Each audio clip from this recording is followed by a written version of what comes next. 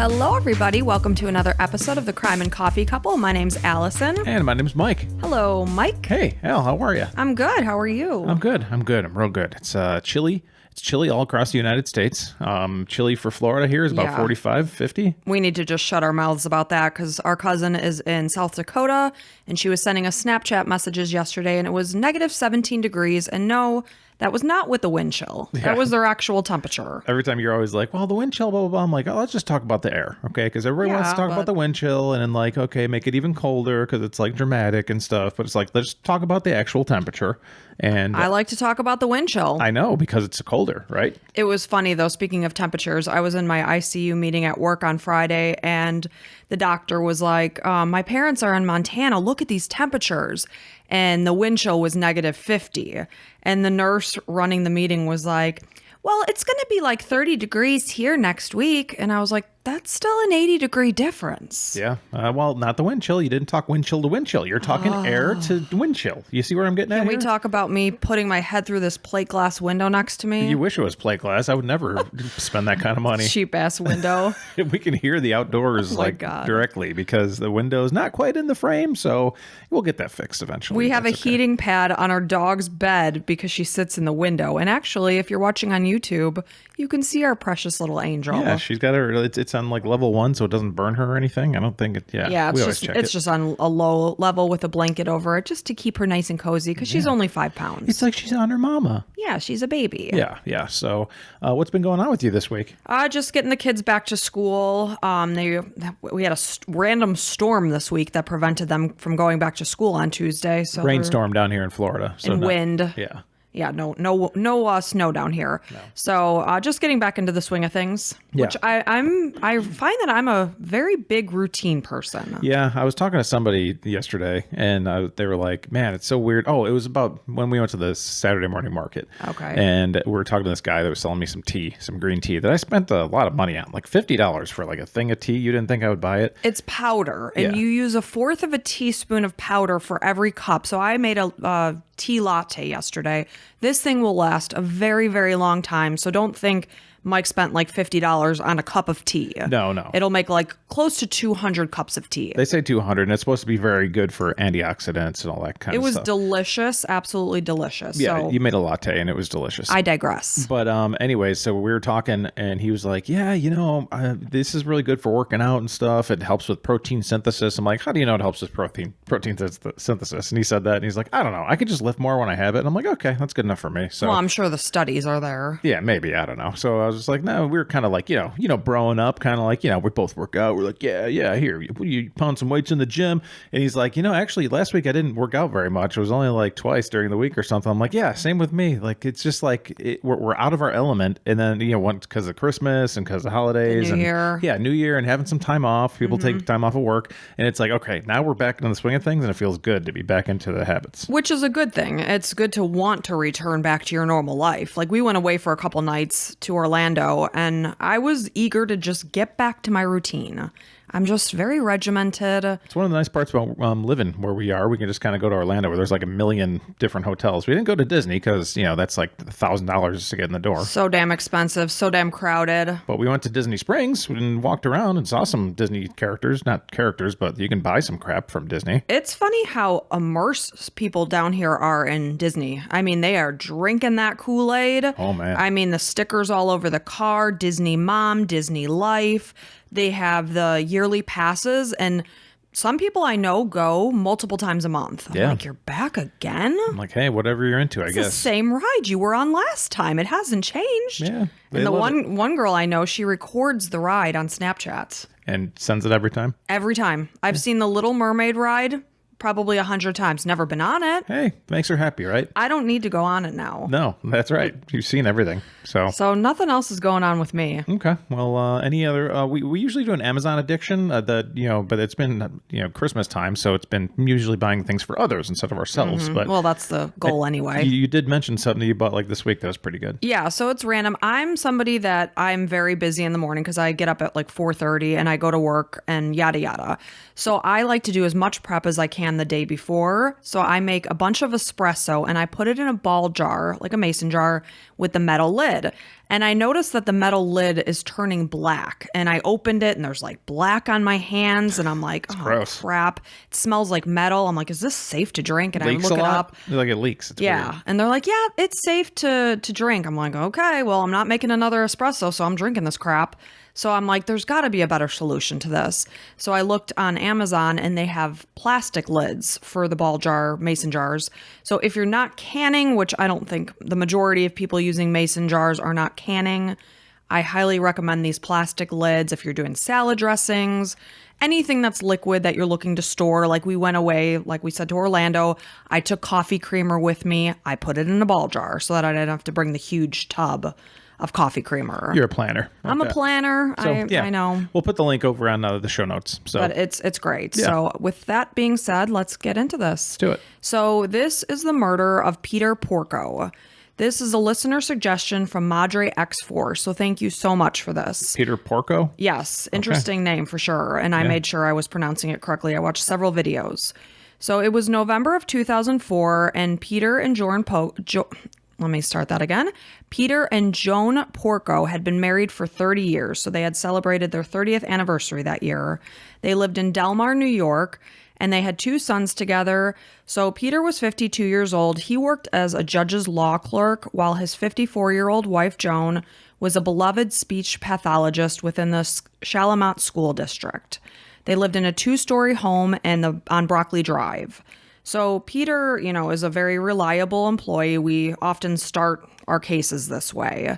So when Peter's employers noticed that he hadn't arrived to work on the morning of Monday, November 15th, 2004, they were immediately concerned. He was a very reliable employee. He never didn't just show up for work. So they called the police and they requested a welfare check. And when the officer arrived, he was immediately concerned. He found the front door slightly ajar, and there was a house key in the lock to the door. So he looked down at the cement steps that would have led into the house and noted some drops of blood. So right away, concerning scene. So he enters the home and he was met with an absolute bloodbath. He looked to his right and he was horrified to see Peter lying by the front door in a pool of blood. It was clear that he was deceased.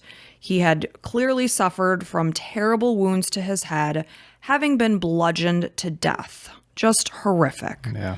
So the officer followed the trail of blood, and I watched videos, and there was just blood smeared everywhere. There was a door in the hallway that would have led to the front door that was just coated in blood. So you could tell somebody had walked around very bloodied. Yeah. So he's following a trail of blood around the house, the officer. And ultimately, they're starting an investigation, knowing, obviously, this is a horrific crime scene. So the police were dispatched to the house and the investigation began.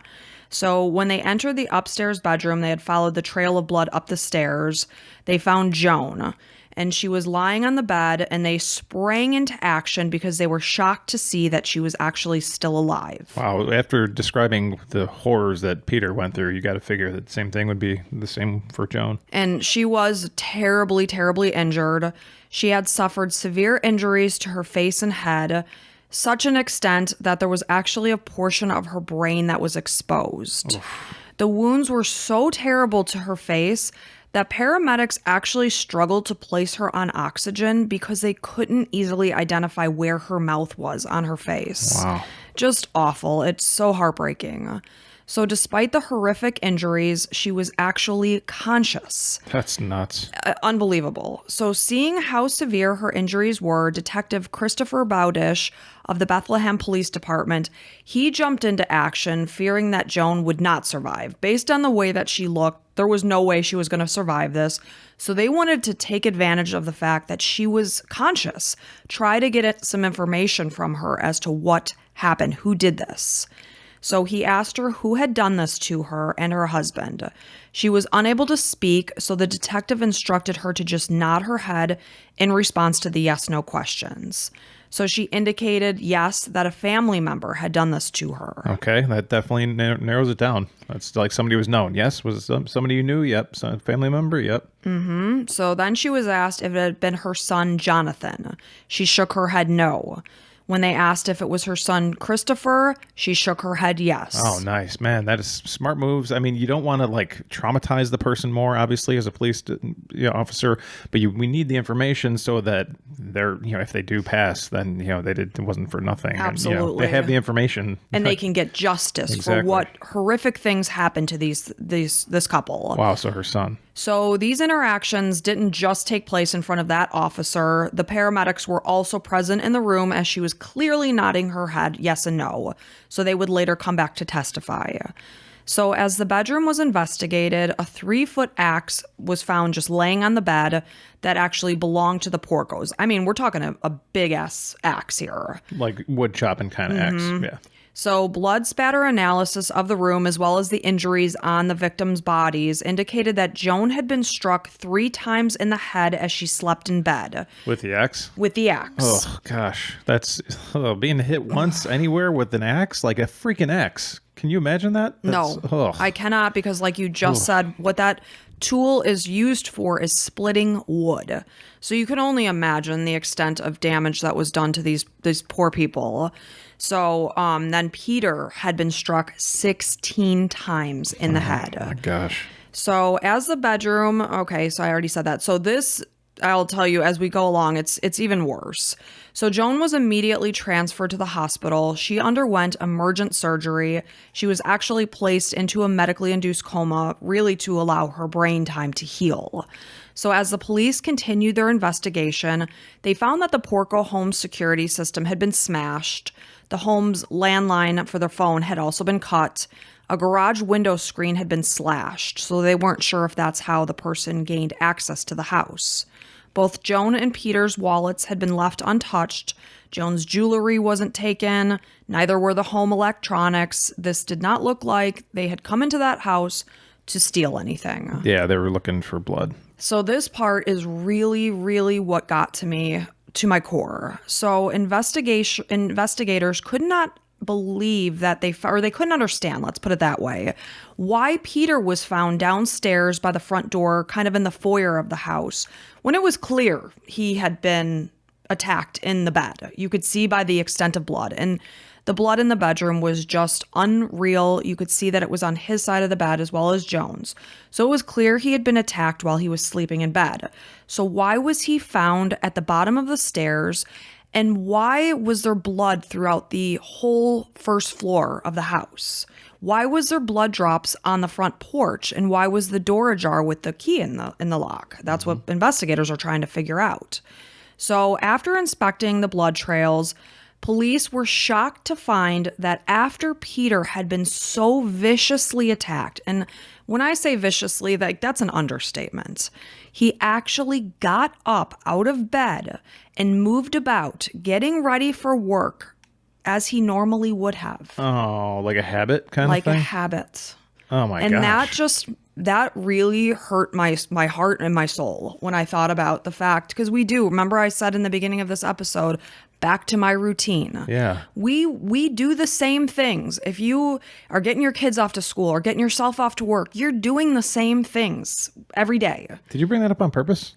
I didn't. No, that's crazy. No, because we were just talking about vacations. Yeah, wow. So just out of habit, after having been struck by a 3-foot axe in the head 16 times, this man got up and went about his day as if he was getting ready to go to work. Well, a quick side story. I may have brought it up in the past, but if you've ever read the book Atomic Habits by James Clear, which I need to. Yeah, 100%. Everybody should read it. It tells you exactly how you come up with your habits every day. Mm-hmm. Basically, your brain is trying to get you into a habit with everything so that you don't have to think about it each time. Mm-hmm. For instance, like when I used to drive to the same job every day, and then we moved buildings from one building to another. They were kind of close or whatever, but a few blocks away. I drove to the old building like 2 months after we moved. Yeah. Without even thinking, because I was listening to the radio, just drinking my coffee, and just drove in, and I pulled up to the office. I was like, holy crap, this is the old office. Like, it was all the lights were out. And I'm like, I just went on autopilot. Yes. And your unconscious brain. Yeah. And a lot of times you can get home from work and be like, I don't even remember the drive because you're on autopilot. Mm-hmm. And for instance, there was a guy that had a lobotomy that this guy talks about on the book, that he could not like speak to anybody or like really interact, but and he had no idea who he was or anything, but he was able to take a walk around his neighborhood because his just habit knew where to go. So it was ingrained in his brain. Yeah, he didn't know where he was, but he was able to complete it. So this was the same thing, possibly with Peter. Yes. It's just, okay, the alarm went off and I'm getting up and I'm walking. So he was still conscious and just like didn't remember I just got bludgeoned by an axe. Yes, absolutely. And that's why the brain is so fascinating, even to neurologists. There's a lot we still don't even know about the brain. So we'll find out a little bit more based on the evidence in the house, as well as the findings on his autopsy about what really happened here. So again, he moved about getting ready for his workday as he normally would have. Wow. And it's likely his body was in a state of shock as he moved from the primary bedroom to his bathroom sink to the kitchen. He actually started his coffee. He prepared his lunch. His lunchbox was on the counter. He tried to load the dishwasher.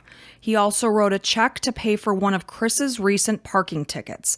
And this is the son that Joan nodded her head yes when they asked if this was Chris.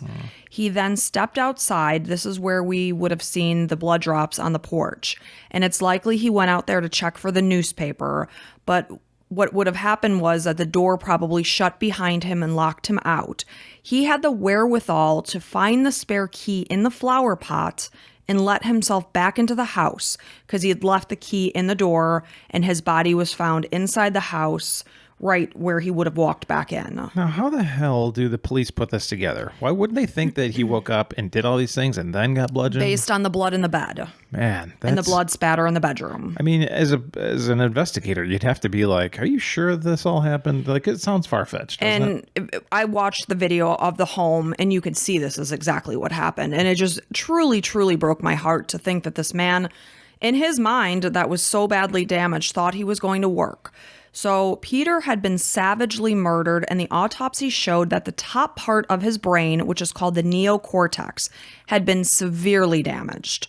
This is the part of the brain that controls your language and your reasoning. So he wouldn't have been able to talk to you and have a normal conversation with you had you walked into the house at this point. However, the underneath part of this surface was the paleocortex. This was actually unharmed. And this part of your brain controls second nature and habits, like you just said, atomic habits. Well, paleo, that's where the cavemen, how we used to eat, and a long time ago. It's basically the chimp brain. So it's your natural habits, your primal instincts, which is why he was actually able to get up and go through his daily routine unaware of the fact that he had been mortally wounded. He had no idea because the conscious reasoning part of his brain wasn't identifying, I'm badly injured. Looking in the mirror, being like, I have an axe wound in my head. No. You're just brushing teeth, and then it's like, oh my God. That part of his sad. Brain wasn't functioning properly because it had been struck 16 times. And that just really broke my heart that this man had no idea he was dying. Yeah. So his skull had been penetrated. Part of his jaw was missing. When I say this poor man wandered around his house, you probably wouldn't even have been able to really see his face at this point. It's just tragic. So he had bled for many hours before he succumbed to his injuries.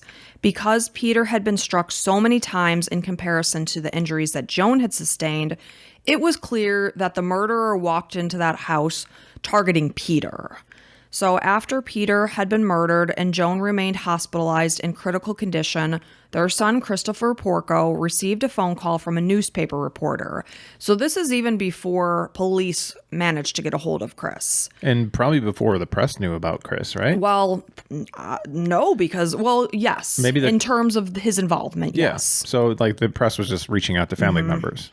So what this person, who the hell does this, is reaching out to this guy asking for his comment about murder so soon to the fact that police hadn't even gotten a hold of him. Your parents got murdered. Can you care to comment? It's no, buddy. And especially not knowing what this kid's role is. Yeah. So at this time, Chris was 21 years old. He was attending the University of Rochester, which is 230 miles away from where his house was, his parents' house. So in the meantime, police had issued an all-points bulletin for Chris since Joan had identified him as her attacker. He called the police to ask what had happened to his parents. This is after he had gotten the call from the reporter. He was told that his father had been murdered and his mother was clinging to life. And of course, if he had nothing to do with this, he would know none of this. His voice was absolutely emotionless as he spoke to police and learned the news, which should have been devastating. And again, I know we say you never know how you're going to react in trauma, so you can't necessarily base it on that. But he never asked how his parents had been attacked. He remained in control throughout the conversation. And if you're called and told this horrific news, the first thing you're going to say is, what happened? How were they killed? Who did this? He didn't ask any of that. Yeah. So police also looked into other potential suspects after a tip had come in that an unhappy litigant may have been angry with Peter about the outcome of a custody case in court. This person actually issued Peter a death threat, saying he was going to shoot him and the judge. Nice. But this person had a solid alibi and was ruled out as a possible suspect. So Peter's great uncle Frank had mob ties and was known as the Fireman. That was his mob name. So police wondered if Frank had threatened to talk to authorities and his associates sent him a message by murdering one of his family members with a fireman's axe. Oh. So they thought that they had a theory of that. However, this was quickly dispelled when they found out that Frank was actually incarcerated because he refused to snitch. So he wouldn't be an informant. So he's solid. Yeah, he wasn't going to snitch. So when police spoke with Chris's classmates, they indicated that he always claimed to have come from a very wealthy family. He told them about real estate holdings, various vacation homes. This was all a blatant lie. When some friends would ask to be invited to one of the many homes that the Porcos allegedly owned, he would quickly come up with an excuse as to why it wasn't possible that they vacation there. I had a friend in high school that just lied about everything. I mean, everything. She might lie about what she had for breakfast that morning. Why? Just because. I don't know. Yeah. But she drove a black Chevy Cavalier and told me that she had a yellow Mustang. And I was like, okay, where the hell is this yellow Mustang? Because we drove to school every single day. We would take turns. I would pick her up some weeks. She would pick me up some weeks. Where the hell's the yellow Mustang? Why don't we take out the Mustang when it's nice outside? And she's like, oh, it's in storage. Oh, okay. Always in storage. Sure it is. Yeah. I never once laid my eyes on that yellow Mustang. So when police spoke, okay, so I already said that, excuse me. So Chris had a tendency, obviously, to lie, and there were tensions between him and his parents because of his lying and because of financial reasons. Chris had taken out a loan, likely to pay for his tuition, but he had used nearly $17,000 of the loan to finance a brand new Jeep Wrangler. Priorities. Yeah. So he was also doing poorly in school. The university had suspended him at this point. So he had moved on to Hudson Valley Community College in the spring of 2004, where his grades were also suffering at community college.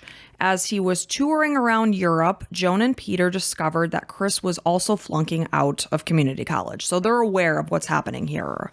So in the fall of 2004, Chris managed to get readmitted to the University of Rochester after he had forged transcripts from the community college, because obviously his grades are horrific at the community college. Yeah. So in the meantime, he told his parents that he was being readmitted because a professor had misplaced his final exam from the previous year, and because the issue was the university's fault, they would be covering his tuition. That's very generous. Yeah, very.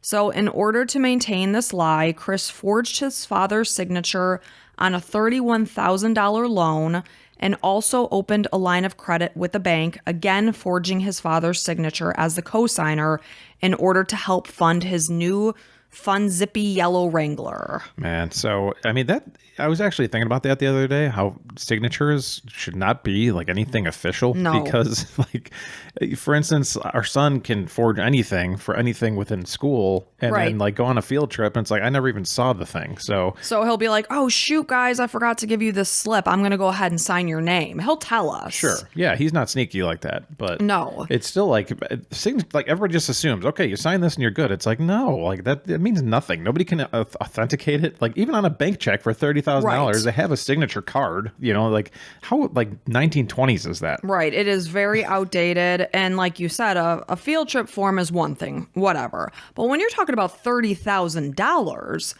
I'm sorry, my signature should not matter. I can nail your signature, no problem. Like Yeah. yours is pretty simple. Mine's kind of simple. Like if I would need 50 grand, I can nail somebody's signature. You could absolutely mimic my signature. Yeah. Like it's stupid. My brother used to do that for my mom too. Yeah. So, adding insult to injury, Chris had also been stealing his friend's property. I mean, this is a very shady guy.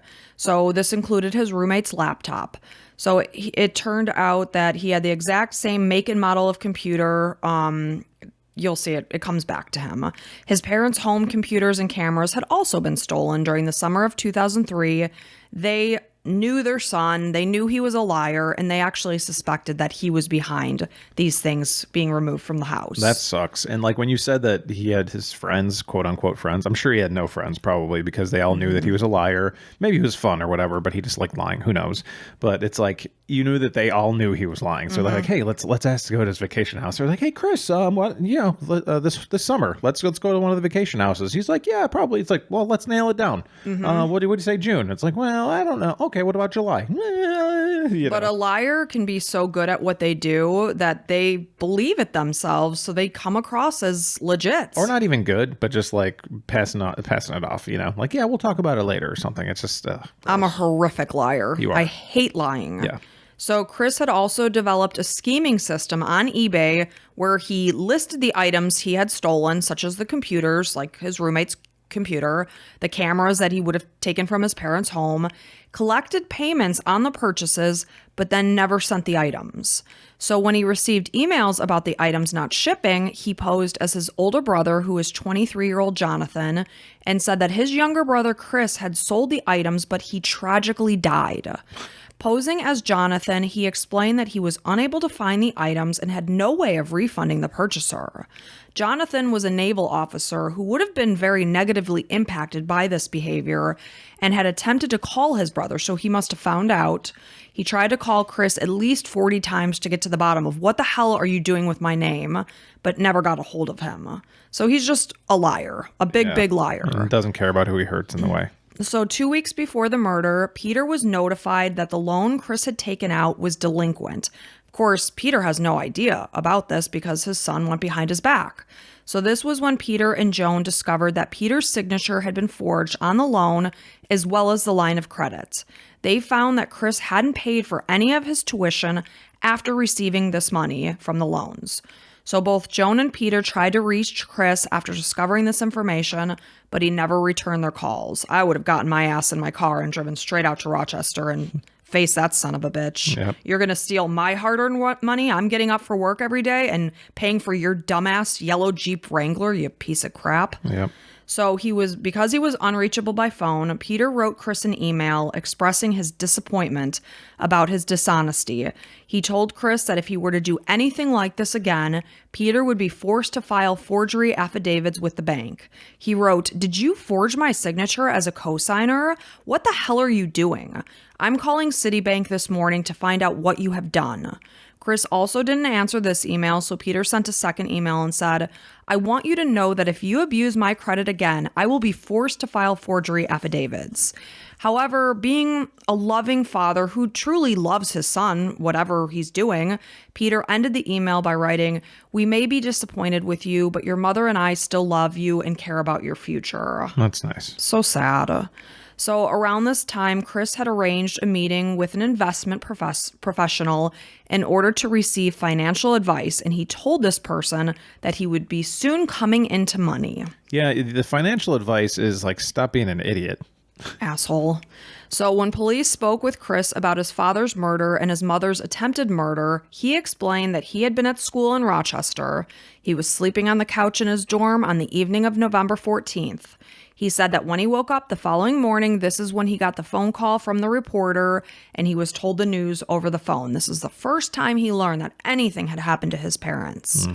So it was the police's belief that Chris had driven the 3 hours to his parents' house, attacked them, and returned back to school before any of his classmates could notice his absence.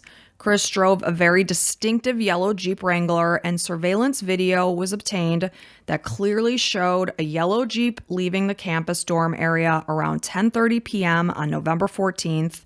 It returned the following morning, November 15th at 8:30 a.m. The video analyst ran the security images through a computer filter that further clarified the images, and specific details from the Jeep matched those that were found on Chris's Jeep the day of the murder. And this included mud on the passenger side door, a torn parking sticker on the passenger side door, and a political sticker on the rear tire cover. However, these images couldn't definitively say who was driving the car. It was absolutely Chris's car that we saw in these images. Yeah. It was also discovered that the Porco home security system had been smashed after it had been manually deactivated. So their code to shut the system down was entered, then it was smashed. So with this information, police were able to deduce that Chris left campus at 10:30 p.m. He deactivated his parents' home security system at 2:14 a.m. So that's when he would have entered the house. While Peter and Joan slept in their beds, he attacked them. He cut the phone line at 4:59 a.m. and headed back to school, arriving at 8:30 a.m. Either before or after he attacked his family, he slashed the window screen to make it appear as if there was a break-in. Or who knows, maybe the window screen was just previously torn. Yeah. So Chris's brother, Jonathan, was stationed in South Carolina with the U.S. Navy. He told police that only a few people knew the code to the home security system. Truly, it sounded like maybe just the family of four, maybe somebody that would come in and help them when they were on vacation. Yeah, a neighbor. Not a lot of people. Right. It's likely that Chris smashed the system, hoping to erase the fact that the code had been used to deactivate the system. But this clearly didn't work. No, you're sending information to it, dumbass. Every single Idiots. time you do something. Good thing you're stupid. So Chris Porco was arrested for the murder of his father and the attempted murder of his mother. The trial began in July of 2006 with the defense arguing the lack of physical evidence that proved that Chris had been inside his parents' home that night. The prosecution did have a tollway ticket with Chris's DNA on it, but that was the extent of it. It was speculated that the attacker would have been covered in blood. However, when the Jeep was inspected, no blood was found within the car's interior. That's interesting. The bloody clothing was never recovered. The axe, which was the murder weapon, contained no fingerprints at all. It had been either the person was wearing gloves or it had been wiped clean. Odds are the person was wearing gloves because Chris's DNA or fingerprints weren't found on the alarm system either. So the prosecution theorized that Chris was likely wearing scrubs from the veterinary clinic where he worked, which could have been easily disposed of and who knows where. He could have stopped at a dumpster, we don't know, on his way back to school, then leaving the clothes beneath unsoiled. That's very, very possible. Chris's attorney argued that Peter would often turn the home's alarm system off late at night in order to take their dog out and would often forget to re-engage it. They theorized that it was Peter who turned the alarm off that morning, but if that was the case, why would an intruder take a hammer and smash the system? It wouldn't be going off. If it wasn't going off. There Yeah. would be no reason to do that.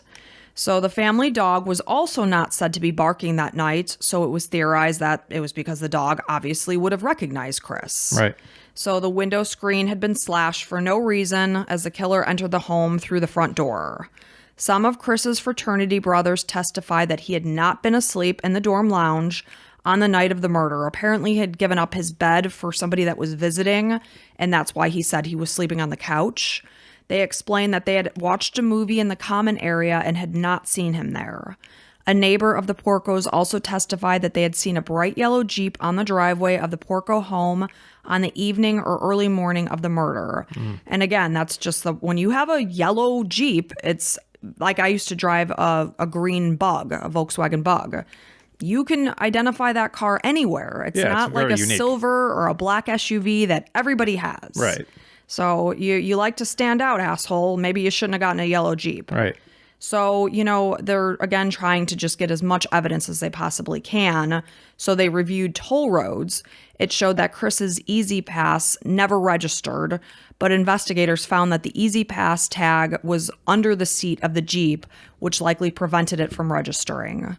A toll booth attendant working the cash-only lane said they recalled seeing this yellow Jeep that fit the description of Chris's passing through that evening at the end of her shift, but she couldn't remember anything about the driver. Well, yeah, you see a million drivers a day. Yeah. But the thing is, you would definitely recognize that yellow Jeep. Like, what an idiot. Like, borrow somebody else's car or something. Only a dozen cars went through the cash line during that time frame because she said I think it was maybe 11 o'clock at night. So they checked that time frame. 12 cars went through. Investigators sent 12 toll tickets to be forensically investigated for DNA. One ticket contained Chris's DNA, so he had come through that toll line. Okay. So when Chris's car was searched, investigators found this, again, the transponder was under the seat. The motive for the murder obviously was financially driven. His parents were aware of what was happening. He had gone to that person and said he was coming into a lot of money. It was November, the school semester was ending, and it was likely that Chris would have been kicked out of school. He was unable to pay for his tuition, he was flunking his classes, and he likely wanted to maintain his university life where he was free to do whatever he wanted. He could party and be away from his parents' watchful eyes. He had that window closing. He knew it was coming to an end. Man, you can financial stuff seems like such a huge hurdle when you're in it, when you have such challenges and things. But his dad probably would have figured out a way for him to keep on going because he wants his success and he's a liar. He's a piece of crap liar. And he would have been like, Dad, I promise I'll do better this time. It's a much better option than killing your own parents. And obviously he wasn't thinking logically because he's killing his own parents with a freaking axe. So, man, you feel like you're just in the worst space, and you hear a lot of suicides and things, and it's just there's resources out there to help, and it's that things will be better 5 years from now. I promise they'll be better. I promise. He wasn't like that. I mean, he go to class, get your grades up. He just was lazy. He wanted to just sit back, party, and do nothing else. Yeah, well, now you're going to be in jail, stupid. Oh, I can't stand this guy. So it was said that his parents had a $2 million life insurance policy. One source said $1.1 million, but regardless, he would have come in over $1 million that would have been paid out had both of his parents died. He would have also gotten the proceeds from the sale of the family home. Obviously, he has a brother. He would have had to share this money with his brother. Chris never took the stand in his own defense during the trial. There was no direct evidence that placed the axe in his hands or placed him in the house on the night of the murder, but the jury found Chris guilty of second-degree murder and attempted murder, and he was sentenced to 50 years to life in prison on each count. Wow, awesome. That's I did not expect that. So second-degree murder. Interesting. So they couldn't get first, so they got as much as they could, basically. Wow, great job, jury. So during the verdict and sentencing, Chris showed zero emotion or a reaction, though some noticed that there was a red flushing to his neck. That's the biggest response they got. Joan miraculously survived this horrific attack. Holy cow. She lost her left eye and a portion of her skull. When she woke from her medically induced coma 3 weeks after the attack, she claimed to have no memory of that night, nor did she recall telling the detective that her son had been responsible for what had happened.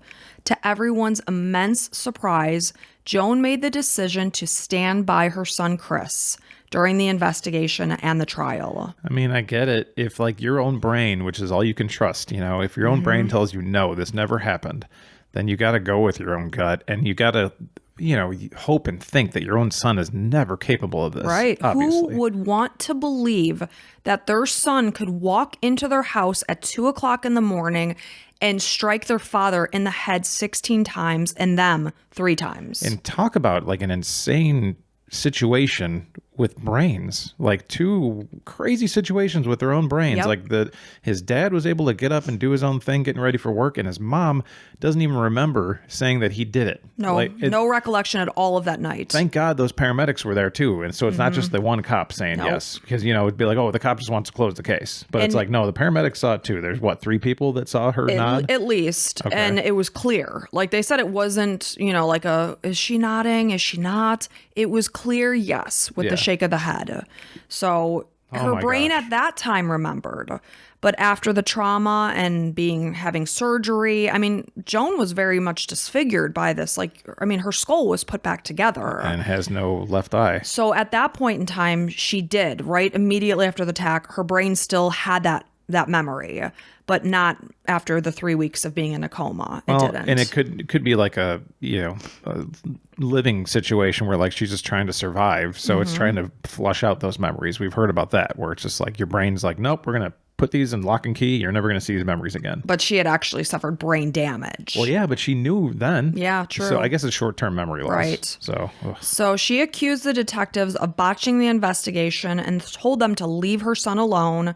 She wrote them a letter. It read, I implore the Bethlehem police and the district attorney's office to leave my son alone and to search for Peter's real killer or killers so that he can rest in peace and my sons and I can live in safety. The happy life that my beloved husband Peter and our sons Jonathan and Christopher have lost or had was lost forever. After he was arrested, Joan provided the $250,000 for his bail, and the two actually attended the trial together. They entered the courtroom hand in hand, which was really sad because I have a son. You know, he's 15. oh, me too. You do? Yeah. Oh, well, that's weird. Yeah. Interesting. But, you know, it really, it just hurt my heart because I know for a fact Chris is guilty. I watched the video of his Jeep and, you know, granted you can't prove was it him, but his DNA, yeah, you can because his DNA was found on the toll ticket. Like, I know that was him that went into that house only 2 weeks before his dad found out that the jig was up. You signed my name. It broke my heart to think that mother, for self-preservation, wouldn't believe, you know, and I don't blame her. No, not at all. You know, you're trying to protect yourself. Right. And it's got to suck as a police officer, like listening to her say, like, what are you doing? You've botched the investigation. And that officer's probably like, lady, I wish we could rewind and you can just see yourself. Like you were in my arms or sitting there on your bed, bludgeoned and saying, yes, my son did this. And did Jonathan, Chris's brother, say anything about this? You could tell Jonathan's relationship with Chris was not good. Well, he knows his brother's a piece of crap. He used his own name to better himself. Yeah. But you know, it was just sad, and I'm sure the detectives didn't take any offense with the letter because who wants, again, like we just said, who wants to believe that their son was capable of doing this? Sure. I mean, she looks in the mirror. She's got a glass eye. Her skull has been clearly put back together. Who wants to say, my son did this to me? And I wonder what his mom has to say about him being at that toll. Like that. How do you why was he dispute there? that? You could clearly see his Jeep driving. How do you defend that? Yeah, I don't know. Granted, you know, you can come up with anything that you want, being like, oh, maybe he was at a girl's house or whatever it might be, you know, but it's just like, no, this is pretty damning. The time frame, yeah. Him going to see, the first thing he thought about was going to see him coming into a lot of money.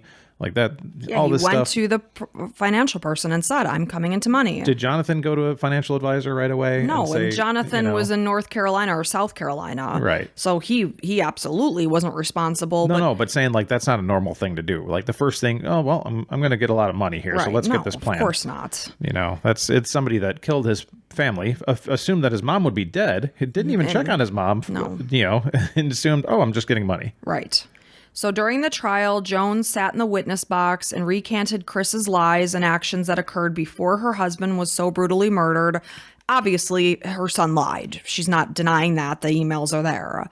During her testimony, she said she had been scared twice in the month or so before the attack by the presence of a stranger in her driveway.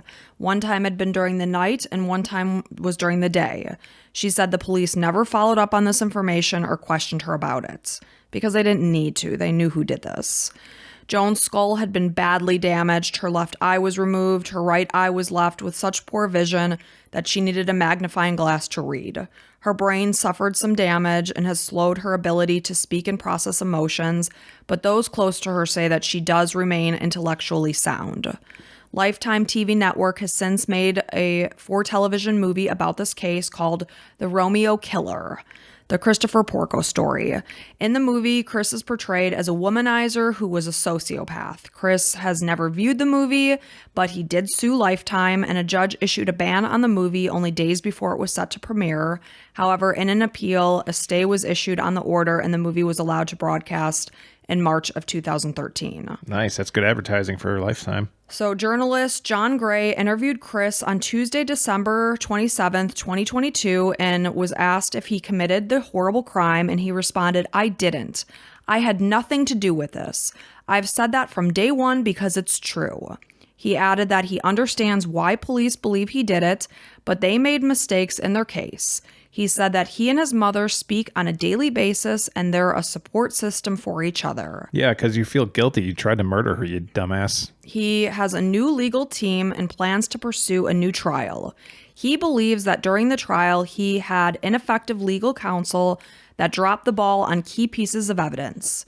He also feels that evidence was unlawfully seized and was used against him during the trial, and that the government suppressed evidence that would have proven that he could not have committed the crime. Bullcrap. Yeah. So they believe that the timeline was too tight. So, of course, I put my investigative boots on. That's right. Allison's on the case. You put me on this case. Hell no, I'll disprove that. So, of course, I whip out Google Maps and put in the Porco's address to Rochester, the University of Rochester. So again, he left the university at around 10:30, came back to campus around 8:30. So according to Google Maps, it's a 3-hour and 22-minute drive each way, which would be 6 hours and 44 minutes round trip. According to surveillance video, again, he left campus at 10:30 p.m., arrived at 8:30 a.m., which is a 10-hour window. So this would have been 6 hours and 44 minutes of driving, 10 hours total.